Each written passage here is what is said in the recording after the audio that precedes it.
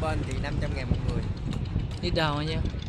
Đi đò thì chỉ hai anh chị chỉ có 400.000 một người đi, mà đi được 6 nơi luôn, 6 nơi chơi cho nó đẻ luôn. Ở trong này nó có một cái thủy cung lớn lắm nè, nó có một con tàu thiên là to đây nè, điểm đi cùng cái gì trong cái lịch trình này mình đi có luôn.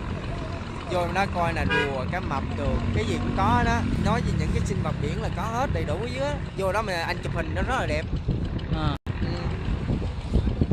Chơi vậy nó lý thú ở quê Winterland là cái trò chơi của con nít. Nó lý tới nó ham hố, nó thích đi, cho mình người lớn rồi cảm giác mạnh ào ào đó mình làm gì mà mình nôn á. Cảm giác mạnh có mà trò chơi cũng có luôn.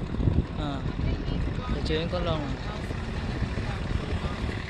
Đi đảo nó vui, đi mình ngắm cảnh xong rồi mình chụp hình quay phim đồ nó lý thú hơn, quay ké quay đồ luôn, nó ấy hơn. Mà nó đâu có ké đâu, nó có khu trò chơi không mà mình tốn tiền.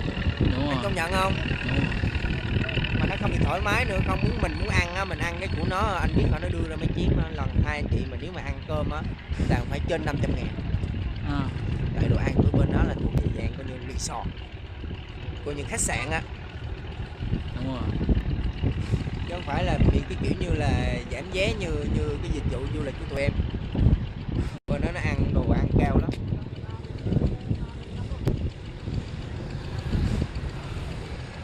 Nếu có đi thì có tàu xuống đi liền để luôn, thấy không? Đưa anh chị đi chơi cả ngày cho nó sướng luôn. Mình đi 6 nơi cho anh chị, muốn chơi điểm nào anh chị chơi, muốn dừng điểm nào dừng. Về tới bờ anh chị mới trả tiền.